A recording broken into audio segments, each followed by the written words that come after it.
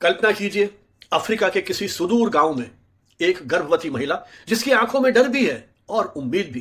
किसी युद्धग्रस्त शहर में एक बच्चा जो बमों की आवाज के बीच एक किताब खोलने का सपना देखता है।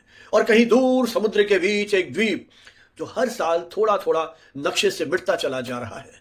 इन तीनों के बीच न कोई भाषा साझा है, न कोई सरहद, लेकिन एक नाम है जो इन्हें जोड़ता है, संयुक्त राष्ट्र। अब सवाल सिर्फ राजनीति का नहीं है, सवाल इंसानियत का है। जब दुनिया की सबसे ताकतवर अर्थव्यवस्था संयुक्त राज्य अमेरिका इसी वैश्विक व्यवस्था से पीछे हटने लगती है, तो असर सिर्फ कूटनीतिक मेजों पर नहीं, जमीन पर पड़े कदमों पर भी होता है।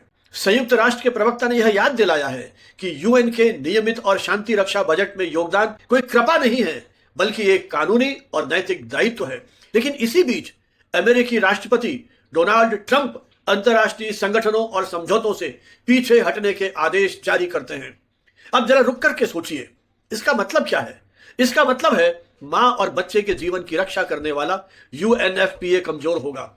लोकतंत्र को जड़ों से मजबूत करने वाली संस्थाएं संसाधनों के अभाव में लड़खड़ाएंगी और जलवायु संकट से लड़ने वाली यूएनएफसीसीसी एक ऐसे समय में कमजोर पड़ेगी जब धरती को सबसे ज्यादा सहारे की जरूरत है।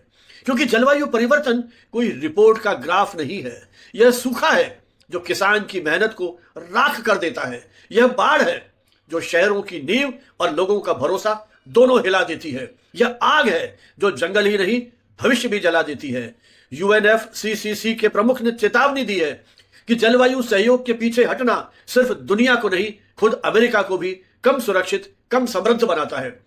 लेकिन इस बढ़ते अंधेरे में एक रोशनी अब भी बाकी है। यूएन महासचिव का साफ संदेश है, राजनीतिक फैसले से बदल सकते हैं, सरकारें बदल सकती हैं, लेकिन मानवता के प्रति हमारा संकल्प नहीं बदलेगा। संयुक्त राष्ट्र काम करता रहेगा उन बच्चों के लिए जिन्हें आज भी स्कूल की जरूरत है, उन महिलाओं के लिए जिनके लिए जीवन अब भी संघर्ष है, उन देशों के लिए जो आज भी उम्मीद की आखिरी डोर थामे हुए हैं। क्योंकि इतिहास गवाह है, जब कोई देश पीछे हटता है तो जरूरी नहीं कि मानवता भी पीछे हटे। और शायद यही क्षण है जब हम खुद से हमें पूछना चाहिए कि क्या वैश्विक नेतृत्व का मतलब सिर्फ ताकत दिखाना है या जिम्मेदारी निभाना भी है।